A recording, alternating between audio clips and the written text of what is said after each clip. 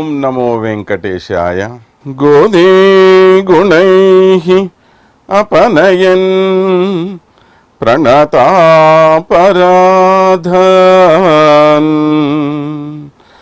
भ्रूक्षेपयेव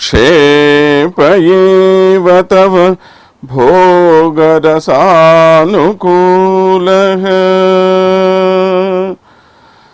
कर्मानुबन्धि फलदानरतस्य भर्तुः स्वातन्त्र्यदुन्यसन मर्मभिदानिदानम्।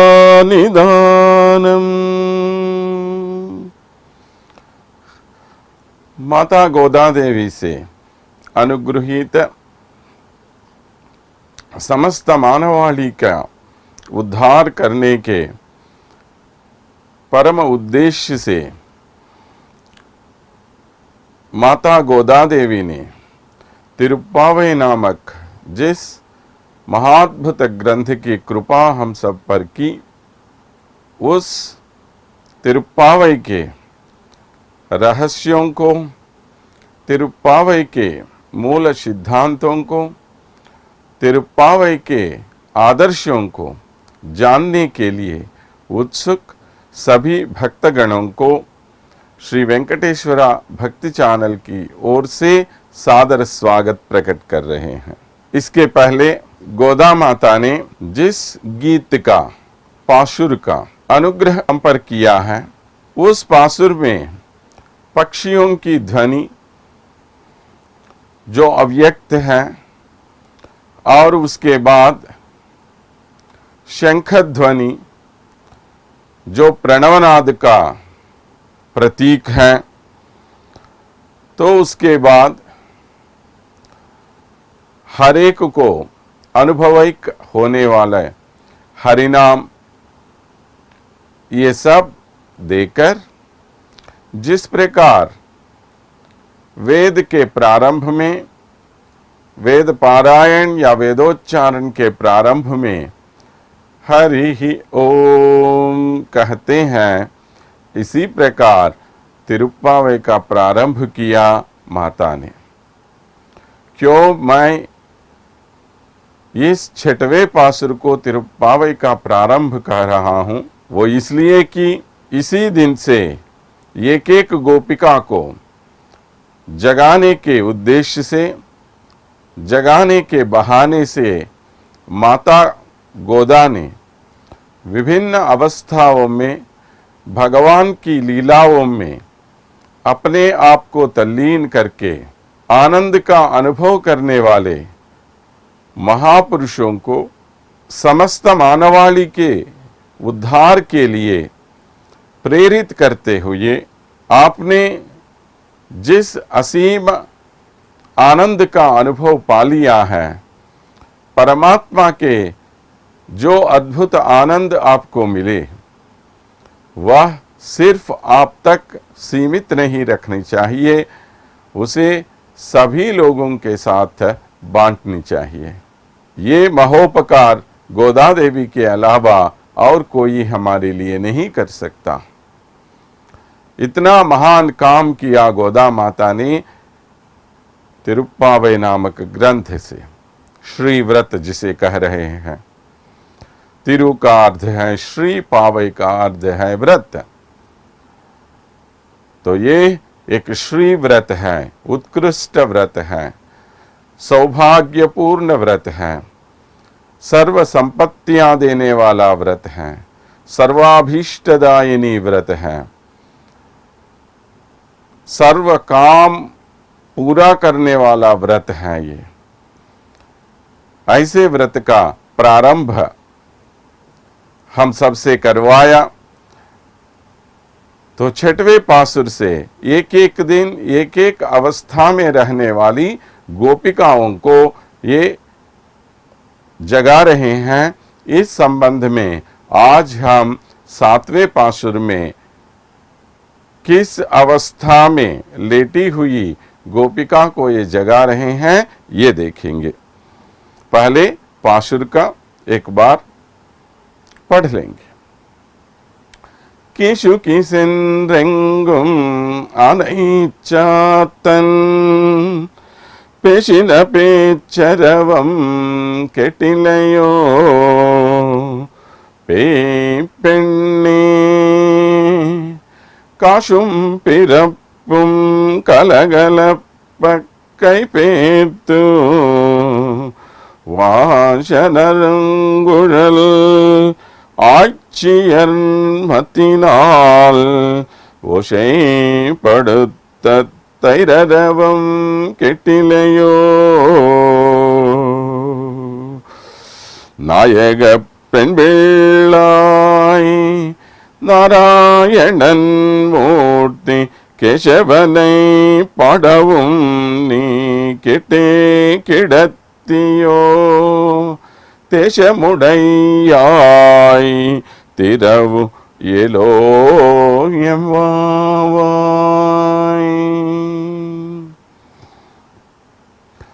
हमने पहले ही कहा जो गोपिकाएं अंदर अपने अपने भवनों में विश्राम कर रही हैं, नींद में सोए हुए जैसे दिख रही हैं, वे सभी वास्तव में सो नहीं रही हैं। उनको परमात्मा का अद्भुत संश्लेषण मिल गया है। परमात्मा से सभी भोग पाने का अवसर उनको मिल गया है। ऐसा सुअवसर पाने के बाद कौन ऐसे होते हैं जो आकर साधारण लोगों से मिलना चाहते हैं। तो जब कभी हमें एक अद्भुत आनंद मिलता है और उस आनंद में हम रमे रहते हैं तो और किसी की याद हमें नहीं आती। ये गोपिकाएं भी वैसी ही हैं। लेकिन गोदा देवी का कहना यह है कि ऐसा अनुभव सिर्फ आप तक को सीमित नहीं रखना चाहिए, यह अनुभव सबके साथ बांटना है। इसी के लिए गोदा माता कह रही हैं, उसको उठाने के लिए एक चिन्ह ऐसे बता रहे हैं किसु किसिन्रेंगुम आनैचातन। आनैचातन माने भारद्वाज पक्षी कहते हैं इनको। पक्षियों में बहुत ही छोटे छोटे पक्षी हैं। ये पक्षी काले रंग में रहते हैं। सुबह सुबह सब पक्षी आहार के लिए बाहर निकलती हैं और फिर कभी शाम को वापस अपने अपने घोंसलों में पहुंच जाते हैं।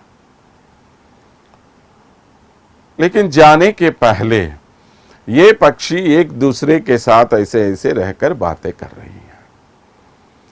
क्या बातें कर रहे हैं ये पक्षी? किशु किसिन्रेंगुम ने पक्षियों की जो ध्वनि है वह किशु किशु किशु किशु किशु किशु कह रहे हैं। क्या है ये किशु? उसमें जो पेर अरवम केटिलयो माने उसमें जो शब्द हैं, जो ध्वनि है, क्या आपने उस ध्वनि को पहचान लिया?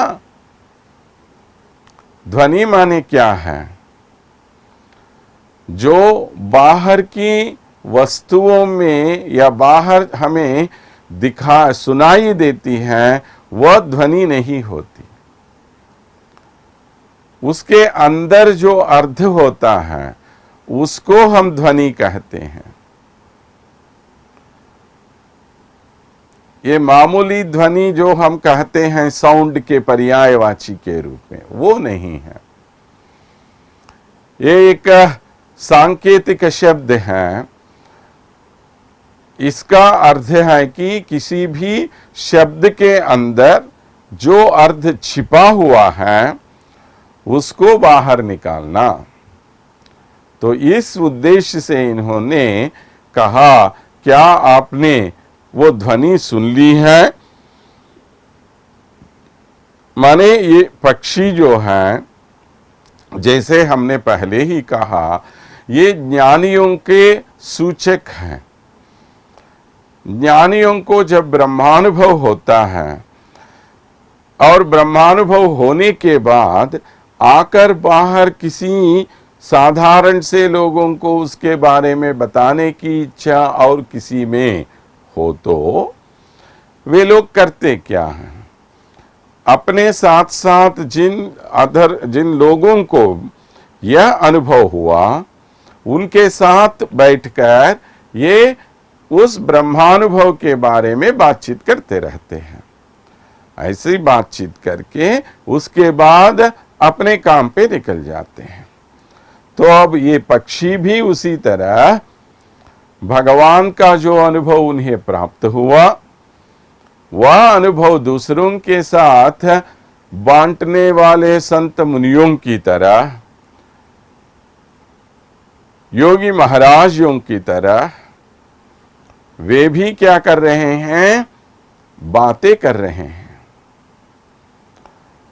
ऐसी बातें कर रहे हैं कि उनकी आवाज तो किसी ऐसी ध्वनि में आपको सुनाई दे रही है। आवाज तो ये है, लेकिन अंदर क्या अर्थ है? क्या उस अर्थ को आपने पहचान लिया है? तो ये एक दूसरे के साथ जिस अनुभव को बांट रहे हैं, उसको आप थोड़ा एक बार सुनिए।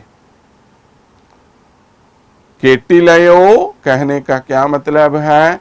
क्या आपने सुना है उसे? ऐसा पूछ रहे हैं। माने ये सुनना जो है सबसे प्रधान विषय है। जब भी आप कुछ ज्ञान पाना चाहोगे तो पहले आप में सुनने का गुण होना चाहिए। इसको श्रवण शक्ति कहते हैं। माने जब आप किसी के बारे में जानने के पहले कुछ सुनने के लिए तैयार नहीं होंगे, तो आपको किसी भी प्रकार का ज्ञान नहीं मिलेगा। तो ज्ञान पाना चाहोगे तो पहले आपको करना क्या है? सुनना चाहिए। सुनना सबसे प्रधान विषय होता है। लेकिन दुर्भाग्य की बात यह है कि अधिक से लोग सुनना पसंद नहीं करते। हमेशा बोलना चाहता है हर एक, दूसरों को आदेश देना चाहता है, लेकिन दूसरों के उपदेश सुनने के लिए कोई तैयार नहीं रहता। जब आप सुनोगे नहीं तो आपको ज्ञान कहां से मिलेगा? इसीलिए एक नहीं, दो गीतों में, 2 पाशुरों में, 2 कविताओं में गोदा माता ने हमें सुनने पर जोर दिया। सुनने की जो क्षमता हम में होती है, उसका विकास हम जितना करें उतना फलप्रद हमारा जीवन बनेगा। तो यही बताने के लिए 2 पाशुरों में माताजी प्रयत्न कर रही हैं। पेपिन्नी, अरे वो पागल लड़की, क्या तुमने सुना? क्यों कह रही हैं ए पेपिन्नी? क्योंकि जो भगवान का अनुभव पाकर उस अनुभव को दूसरों के साथ बांटना नहीं चाहते और अपने आप रमना चाहते हैं, वो उनकी क्या कहेंगे, उनका जो अवगुण है। तो उस अवगुण के बारे में गोदा माता यहां कह रही है। तो ये एक प्रकार की पागलपन है। क्यों ऐसी पगली हो गई हो तुम? भगवान का जो अनुभव तुम्हें मिल गया है, वो अनुभव हम सबसे बांट लो ना। अगर नहीं बांटोगे तो क्या बोलेंगे लोग तुम्हें? पगली ही बोलेंगे। तो इसलिए वो पगली तुम उठो और हमारे साथ आके मिल जाओ। काशुम पिरप्पुम कलगलपक्कैपेत வாசனருங்குழல் ஆய்ச்சியன்மத்தினால் ஓசை படுத்த तैररवम केटिलयो। और एक शब्द भी हमें सुनाना चाहती है गोदा माता। क्या है वो ध्वनि, क्या है वो शब्द? ये गोव्रज में, नंदव्रज में रहने वाली सभी औरतें ही नहीं, सभी परिवार जितने भी वहां पर रहते हैं, सबका क्या काम है? तो गायों को चराना, गायों से जो दूध उनको मिलता है वो दूध ले जाके किसी शहर में उसको बेच लेना और उससे जो पैसे मिलते हैं उससे अपने जीवन गुजारना, यही तो उनका काम है। तो वहां पर हर दिन क्या होता रहता है? या तो गायों को चराने के लिए जंगल में जाओ, नहीं तो दूध दहते रहो, नहीं तो दही बना लो, दूध को गरम करके और उसके बाद उसको दही बना लो, या दही का मंथन करके उसे आप छाछ बना लो, नहीं तो उसमें से मक्खन निकालो और ये सब ले जाकर किसी शहर में उनको बेच डालो। तो यही काम होता रहता है। तो ये उनके लिए एक प्रकार की पूजा होती है। वो केवल सिर्फ उनके लिए जीवनी नहीं, पूजा है वो उनके लिए। इसीलिए ये गांव की औरतें क्या करती हैं, सुबह सुबह उठने के बाद हाथ मुंह धोकर अच्छी तरह बाल सजाकर उसमें फूल वगैरह रखकर जिस घड़े में ये दही रखा गया है वहां जाकर उसको नमस्कार करके जिस छुरनी से वे दूध देते हैं उसे अंदर डालकर एक रस्सी से उसे बांधकर किसी भी खंभे को, इसको कहते हैं दधी माथन। उस समय उनके हाथों में जो भी कंगने हैं और गले में जो मालाएं हैं और जो मालाओं में जो लॉकेट वगैरह मंगलसूत्र जैसे जो होते हैं, ये सब ऐसा ऐसा करने से उनमें से एक प्रकार की आवाज निकलती रहती है। एक दो नहीं, वहां पर जितनी हजारों स्त्रियां हैं, हर एक का काम तो यही रहता है वहां पर सुबह सुबह। तो उसमें से जो ध्वनि निकल रही है वो सबसे मंगलकारक ध्वनि है। ऐसे मंगलमय ध्वनि को क्या आपने सुन लिया है? तो हमने कहा ध्वनि शब्द का क्या अर्थ है? ध्वनि माने उसके अंदर जो अर्थ छिपा हुआ है, क्या उसे आपने समझ लिया? तो आइए उसमें क्या अर्थ छिपा हुआ है हम देख लेंगे। गाय माने क्या है? गाय तो साक्षात आचार्य के स्वरूप माने गए हैं और आचार्य से हमें क्या मिलता है? भगवत का गुणानुभव मिलता है। यानी उनसे जो दूध हमें मिलेगा वह दूध क्या है? भगवान से संबंधित समस्त कल्याण गुणों का सार है वो।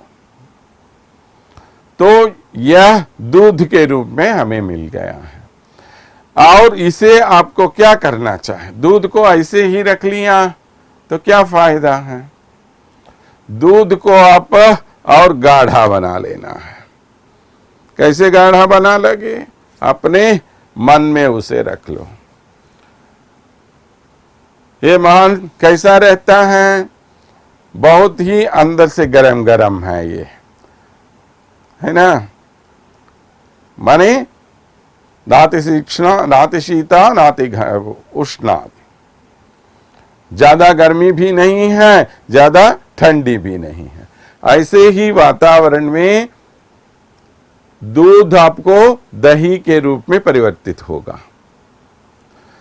तो आप अपने मन में भगवान के इन संपूर्ण गुणों को रख लो। समझ गए? पहले आचार्य से आपको दूध मिल गया, यानी भगवान से संबंधित सब प्रकार के कल्याण गुण आपको मिल गए। अब इन गुणों को क्या करना है? अपने मन में स्थिर रखना है। तो वो स्थिर रखने की जो प्रक्रिया है वह दूध से दही बनाने की जैसी है। तो मन में इसको रख लिया। अभी भगवान के गुण तो आपके पास हैं, लेकिन उससे संबंधित ज्ञान आपको नहीं है। तो उस ज्ञान से इन गुणों को जब आप मंथन करोगे, यानी उनके बारे में ज्यादातर सोचना शुरू करोगे, तब क्या हो जाएगी? उसमें एक प्रकार का अमृतत्व मिल जाएगा। यानी दूध में आपने अभी क्या रखा है? एक छुरनी रखा है, जिसको हम कवम बोलते हैं। इसको ये छुरनी रख के जो दही मांथने के लिए प्रयोग करते हैं, ये क्या है? भगवान से संबंधित ज्ञान। लेकिन ये ज्ञान भी ऐसा नहीं हो कि यहां वहां दौड़ जाए,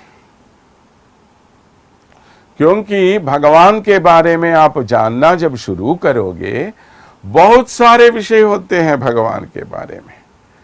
कोई भी पूरी तरह भगवान से संबंधित ज्ञान नहीं रखता। हर एक अपनी अपनी तरीके से भगवान ऐसा है, वैसा है, ऐसा है, वैसा है बोलते रहते हैं, लेकिन किसी को भी नहीं मालूम कि भगवान कैसा होता है। इसलिए क्या करते? अगर भगवान के बारे में आप जानना शुरू करोगे, आपका मन इधर दौड़ेगा, उधर दौड़ेगा, इधर जाएगा, उधर जाएगा, सब खराब। इसलिए इस छुरनी को जब घड़े में आप रखोगे, उसको ऐसा ऐसा हिलाओगे, उसमें एक रिथम होनी चाहिए। ऐसा नहीं कभी वो ऐसे चुन्नी इधर गई, चुन्नी उधर गई, और उसमें से कुछ भी नहीं निकलेगा। तो एक ही रिदम में ऐसा ऐसा ऐसा ऐसा आके जाके ऐसा करने से क्या होता है?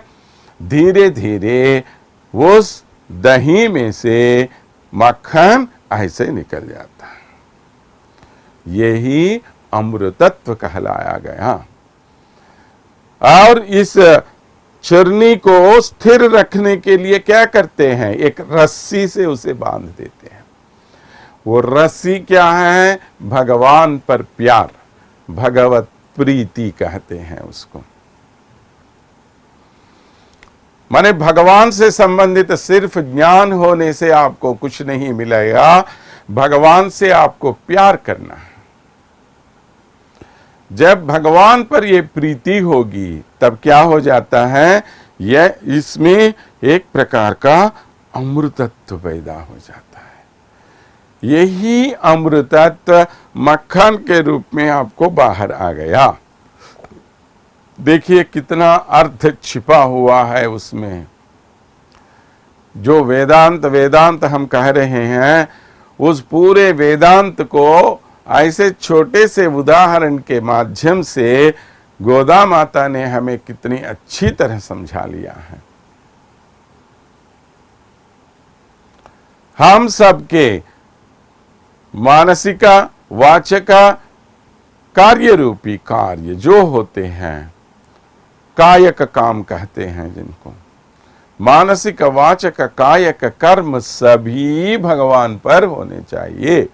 जब इस प्रकार सभी काम भगवान की ओर आकर्षित हो जाते हैं, वही सच्चा अमृतत्व है।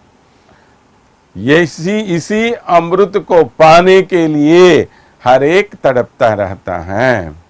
तो ये अमृतत्व आपको आसानी से कैसे मिलेगा? भगवान पर प्रीति होने से मिलेगा। भगवान से प्यार आपको करना चाहिए। जब इस प्रकार का प्यार आपको हो जाता है तो भगवान से संबंधित अमृतत्व आपको आसानी से मिल जाएगा। तो ये प्यार किनमें है? अभी इन गोपिकाओं में पूरी पूरी तरह बसी हुई है। इससे संबंधित ज्ञान चाहे उनको ना हो, लेकिन जब वो प्रीति उनमें होती है तो भगवान का अमृतत्व उनको आसानी से मिल जाता है। एक गोपिका शहर में जाकर दूध, दही, माखन बेचने के लिए तैयार है, लेकिन उसका मन पूरी तरह किन पर लगा हुआ है? श्री कृष्ण पर लगा हुआ है। इसलिए वो क्या कहने लगी वहां जाकर? कोई भी कुछ बेचने के लिए आते हैं, क्या बोलते रहते हैं?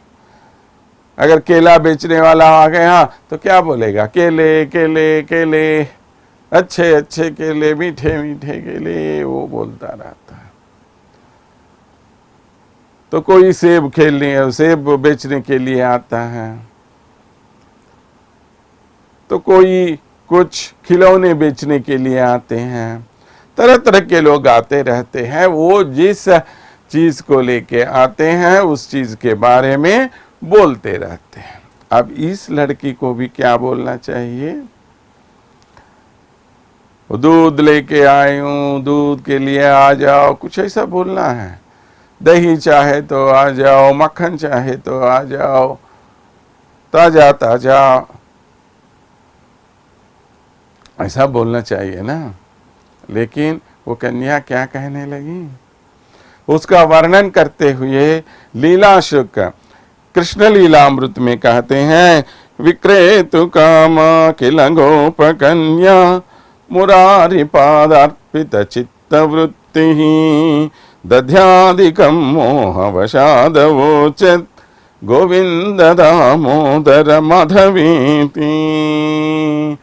विक्रेतु कामा किल गोप कन्या, एक गोप बालिका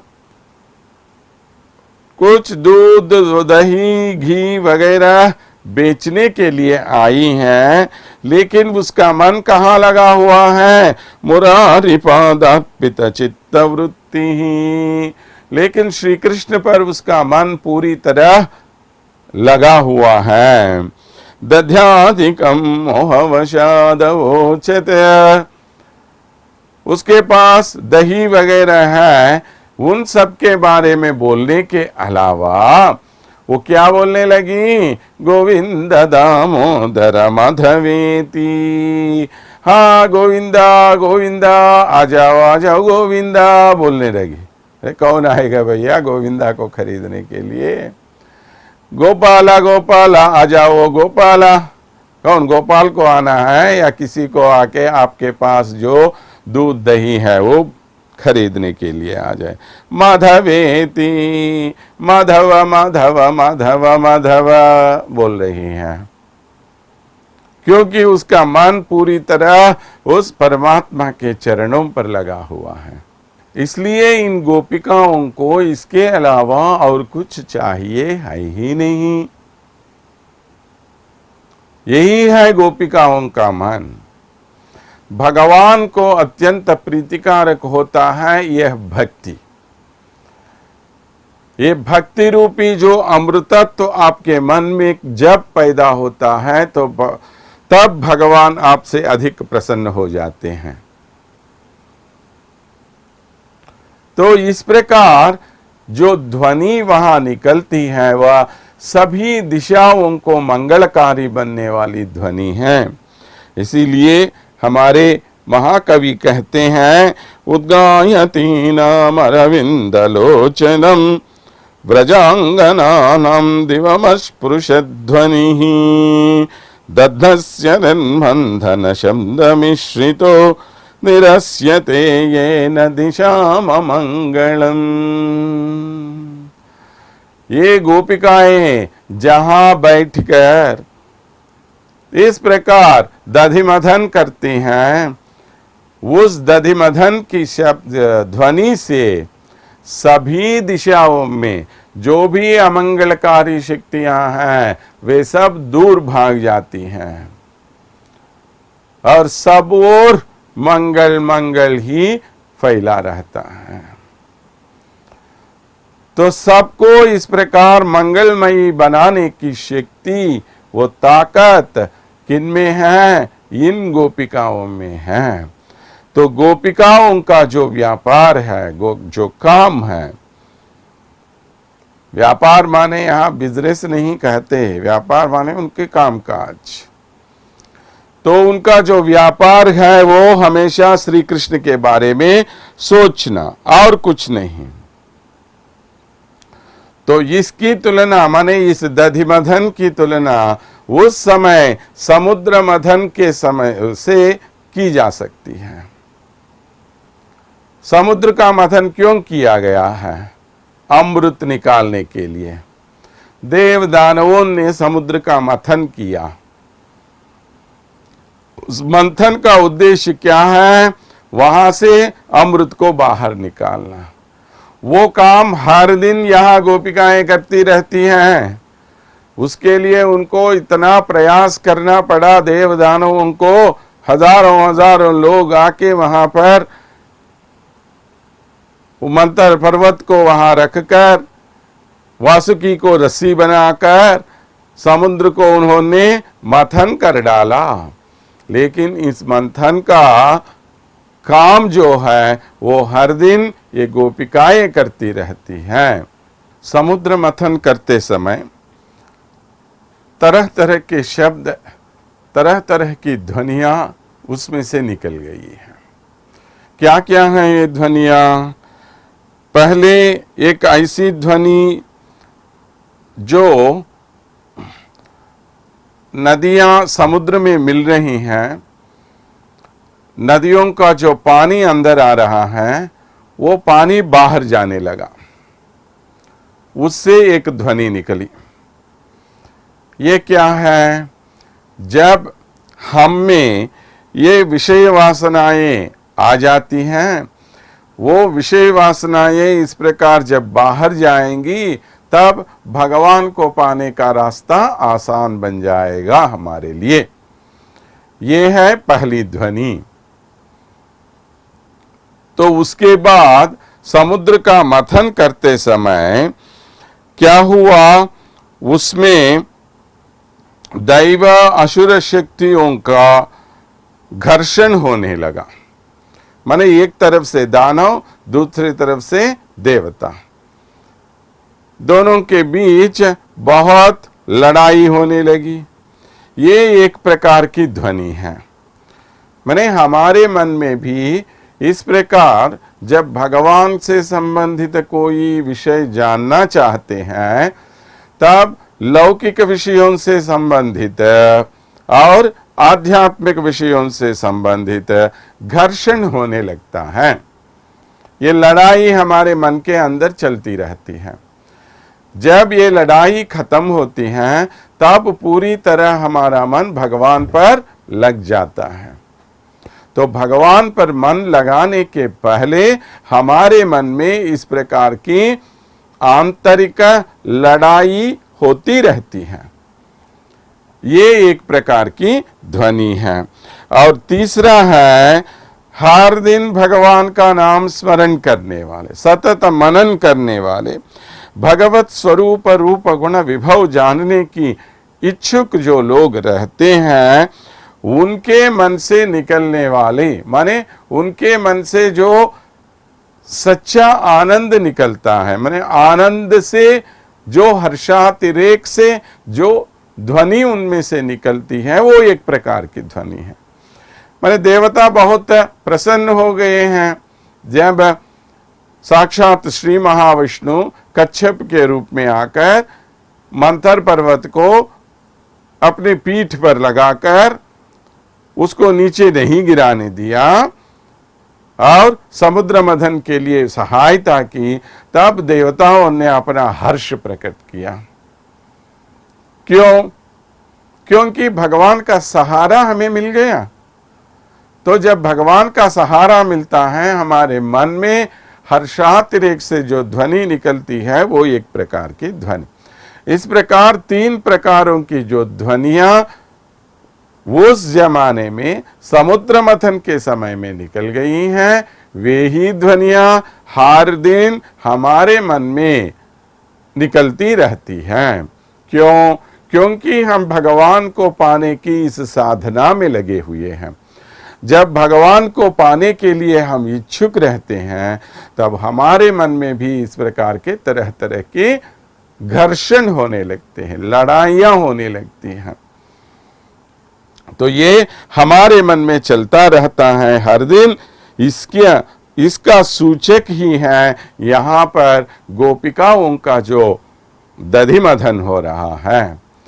इतना ही नहीं, उनके गले में जो मंगल सूत्र हैं, इनमें 2 प्रकार के मंगल सूत्र होते हैं द्रविड़ भाषा में। एक का नाम काशु और एक का नाम पिरप्पु कहते हैं। काशु पिरप्प माने 2 ऐसे लॉकेट जैसे होते हैं।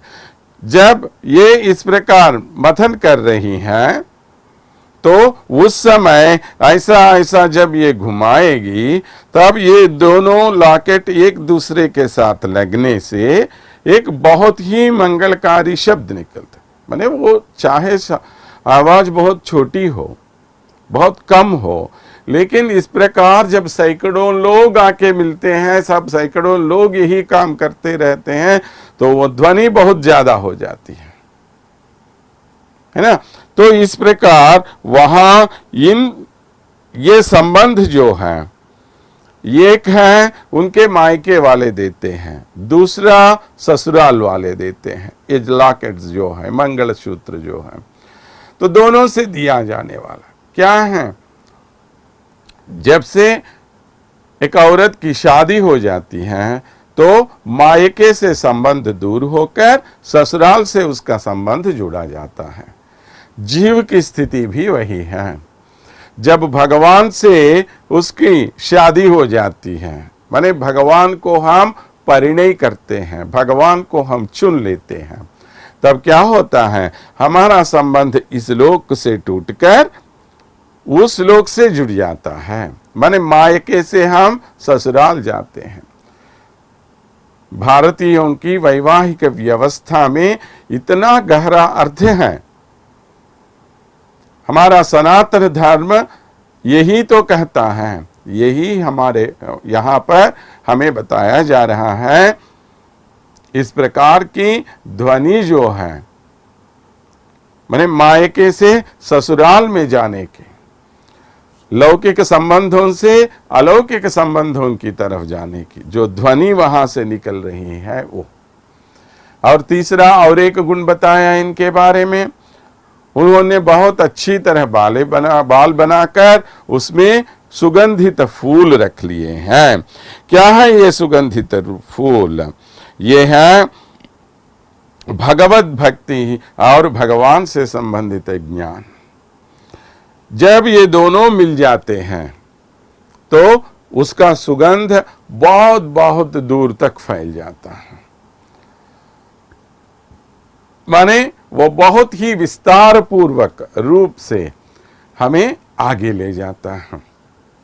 तो यही यहां इन गोपिकाओं के माध्यम से हमें बताया जा रहा है। और इनका जो प्रेम है वो सिर्फ शारीरिक प्रेम नहीं, ये जार प्रेम नहीं है, यह लोकवंद्य प्रेम है। सारी जनता से, सारे संसार से प्रस्तुत प्रेम है उनका, सारे संसार से प्रशंसित प्रेम है ये।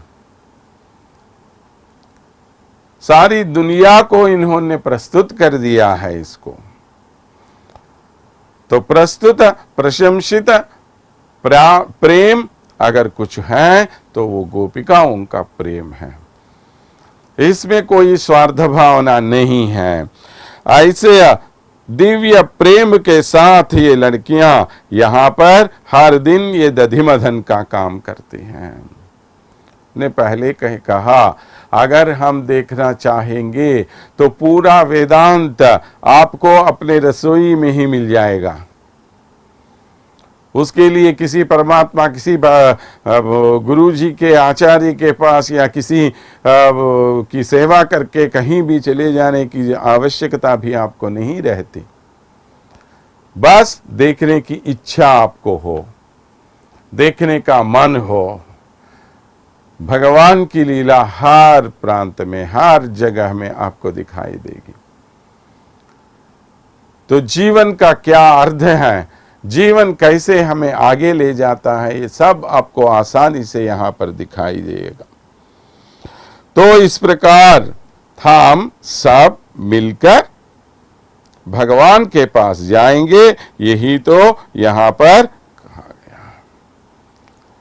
तो जब इतना प्यार हम दिखाते रहते हैं भगवान की तरफ, भगवान पर, तो लोग क्या कहते हैं हमें, अरे ये तो पगले बन गए।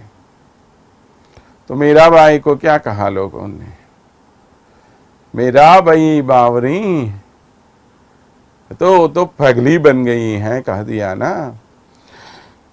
यही तो कहते हैं तिरुमंगयाழ்वार, अत अरिये என்று உன்னை அழைக்கபித்த என்று பேசுகின்றார் பியர் என்னை।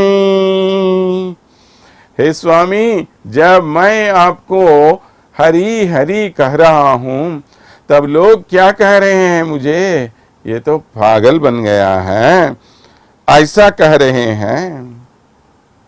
लेकिन भगवान को क्या चाहिए, भगवान को क्या ये सब आडंबर चाहिए, कुछ नहीं। भगवान तो हमेशा देखता रहता है हमारी भक्ति कितनी स्वच्छ है। भक्ति की स्वच्छता ये देखना ही भगवान का काम है। भगवान तो वही चाहता है और कुछ नहीं चाहता। वो मम मद्भक्त भक्तेषु प्रीतिरत्यधिका मता, गीता में भगवान कहते हैं मुझे सिर्फ अपने भक्तों पर ही नहीं, उन भक्तों के जो भक्त होते हैं उन पर अधिक ज्यादा भक्ति होती है।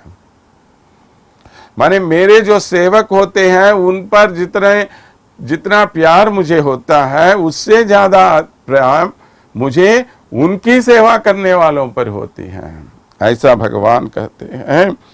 इसीलिए गीता हमें कहती हैं भक्ति ही अष्टविधा ह्येषा यस्मिन् म्लेच्छेऽपि वर्तते तस्मै देह्यं ततो ग्राह्यं स च पूज्यो यथा हि अहम्।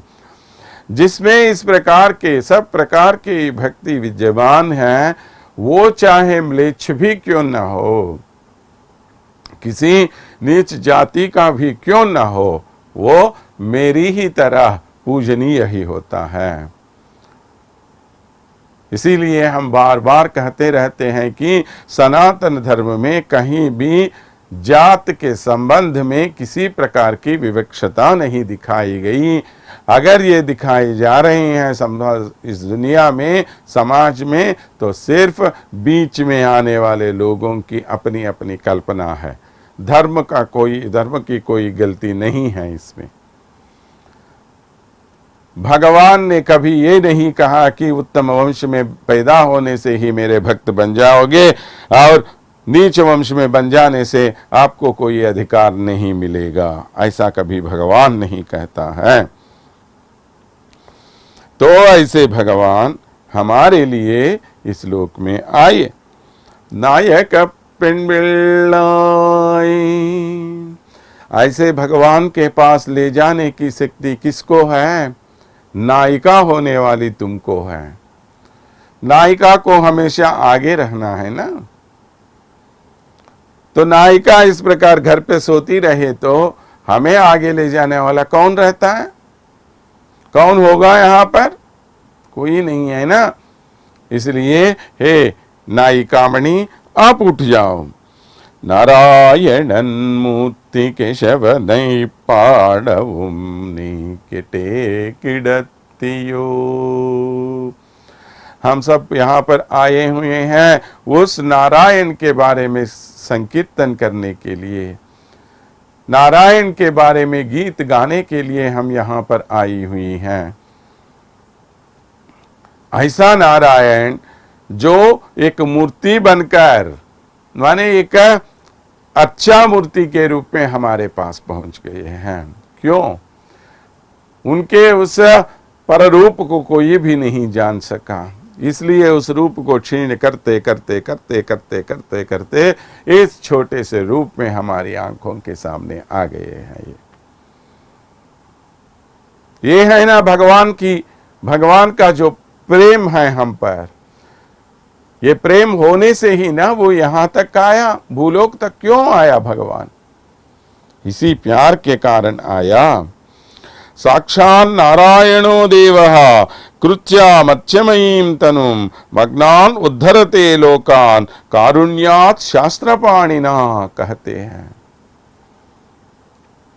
भगवान हमारे लिए साधारण मानव की तरह देह धारण करके सभी लोगों का उद्धार करने के लिए शास्त्र से के आधार पर, शास्त्र रूपी एक हाथ से हमारा उद्धार करने के लिए इस भूलोक में आते रहते हैं। लेकिन हमारा मन कैसा है? हमारे इंद्रिय हयनाहु कहा गया कठोपनिषद में। हमारा मन घोड़ों का जैसा है, इधर दौड़ता है उधर दौड़ता है, कभी हमारे वश में नहीं आता वो। तो इस पर को जो भी लगाम डाले, इस पर कोई भी वश में रख सके, वही महान बन जाता है, वही भगवान को पा सकता है। दूसरों के वश में नहीं है ये सब।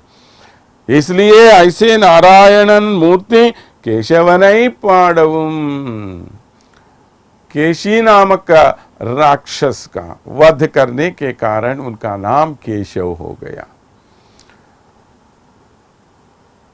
ये केशी राक्षस कैसे आया है? एक घोड़े के रूप में आया है। यही तो हम कह रहे हैं, हमारा मन इंद्रिय जो है वे घोड़ों के जैसे हैं। आत्मानम रथिनम विद्धि, अपने आप को इस रथ पर प्रयाण करने वाला। तो ये शरीर जो है, ये है शरीरम रथम विद्धि। हमारा शरीर एक रथ है और इस रथ में प्रयाण करने वाली आत्मा है ये। इस आत्मा को काबू में रखने के लिए, वश में रखने के लिए जिस लगाम की आवश्यकता है वो है इंद्रिय। हमारे पांचों इंद्रिय जो ज्ञानेंद्रिय और कर्मेंद्रिय हम कहते हैं, उनको जब आप वश में रखेंगे तब भगवान हम पर अधिक प्रीति दिखाएगा। तो भगवान के पास हम पहुंच जाएंगे। तो ऐसे केशव का गुण गाएंगे हम सब। केशव का अर्थ और एक भी है। केश माने बाल, जिनके प्रशस्त बाल है, बहुत ही सुंदर बाल है। श्री कृष्ण के बाल देखिए कितने सुंदर हैं। तो इतने सुंदर बाल होने वाले होने के कारण इनका नाम केशव पड़ गया। और एक अर्थ है, जो अर्थ हमें महाभारत में बताया गया है। केशव का प्लस ईश, केशव का माने ब्रह्मा, ईश माने शिव। वह माने जिनके पास है। केशव, केशव माने का प्लस ईश प्लस व। जो का इति ब्रह्मणो नाम ईशोहम सर्वदेहिनाम आवाम तवांगे संभूतौ तस्मात् केशव नामवान। साक्षात महादेव परमेश्वर कहते हैं श्रीमन नारायण से, हे प्रभु का इति ब्रह्मणो नाम, का माने ब्रह्म है, ईशोहम सर्वदेहिनाम, मैं सभी प्राणियों का ईश्वर हूं। का प्लस ईश दोनों हो गए। आवाम तवांगे संभूतो तस्मात् केशव नामवान, ये दोनों मिलकर आप में रहते हैं, इसलिए आपका नाम केशव हो गया। माने एक तरफ से ब्रह्मा, एक तरफ से शिव, दोनों जिसमें मिले जुले रहते हैं, लीन होकर रहते हैं, वही भगवान है, वही श्रीमन नारायण है। उसी श्रीमन नारायण का नाम केशव है। देखिए कितना विस्तार पूर्वक अर्थ, हमने भी बहुत बार सुना होगा केशव का क्या अर्थ है, क्या अर्थ है, या उस अर्थ के बारे में भी सोचा ही नहीं होगा, लेकिन केशव का इतना विस्तार पूर्वक अर्थ है। इसका क्या करना है हमें? ऐसे भगवान का गुण गान करना चाहिए हमें। क्यों करना चाहिए भैया? पुरुषार्थायम एव एको यत् कथा श्रवणम हरे। हम सबका एक ही पुरुषार्थ है, वो पुरुषार्थ ये है कि हमेशा भगवान का नाम संकीर्तन करते रहो, वह सुनते रहो, करने के पहले सुनना चाहिए। ये है श्रवण की प्रधानता। ये पूरे पाशुर में गोदा माता श्रवण की प्रधानता ही हमें बता रही है। सुनते रहना चाहिए पहले, सुनने के बाद ही आप भगवान का नामोच्चारण कर सकते हैं। जब सुनना ही नहीं चाहते हो तो नाम का उच्चारण कैसे होगा? इसके लिए ऐसे भगवान का नाम हम बोलेंगे, उनका स्मरण करेंगे। किटे किड़तियो, ये सुनकर भी कैसे सो रही हो तुम?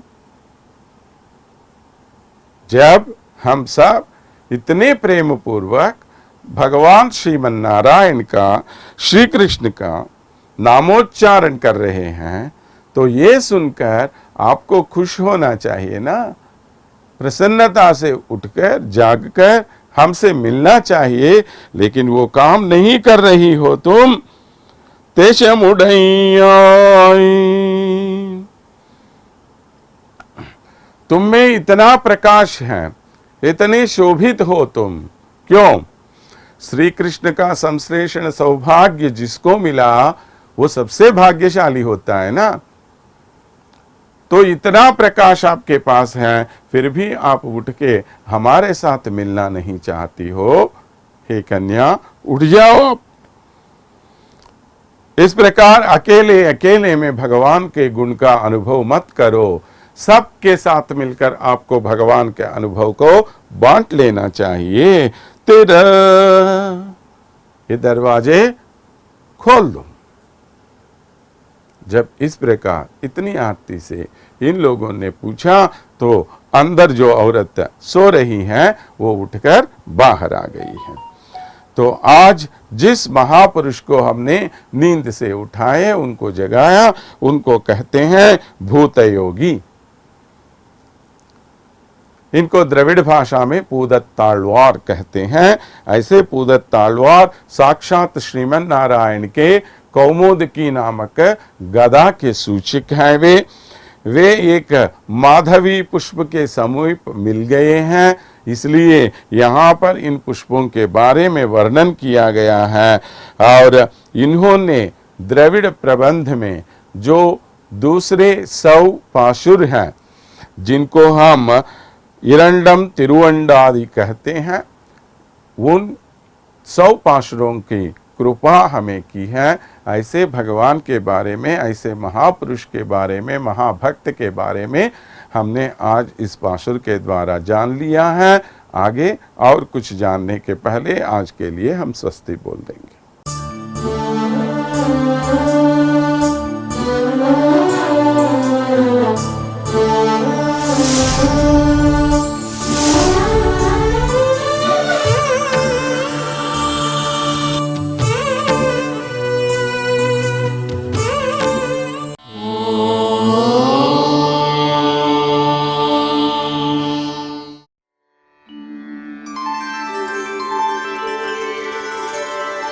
विना व्यङ्कटेशं ननाथो ननाथः सदा व्यङ्कटेशं स्मरामि स्मरामि। हरे व्यङ्कटेश प्रसीद प्रसीद। प्रियं वेङ्कटेश प्रयच्छ प्रयच्छ।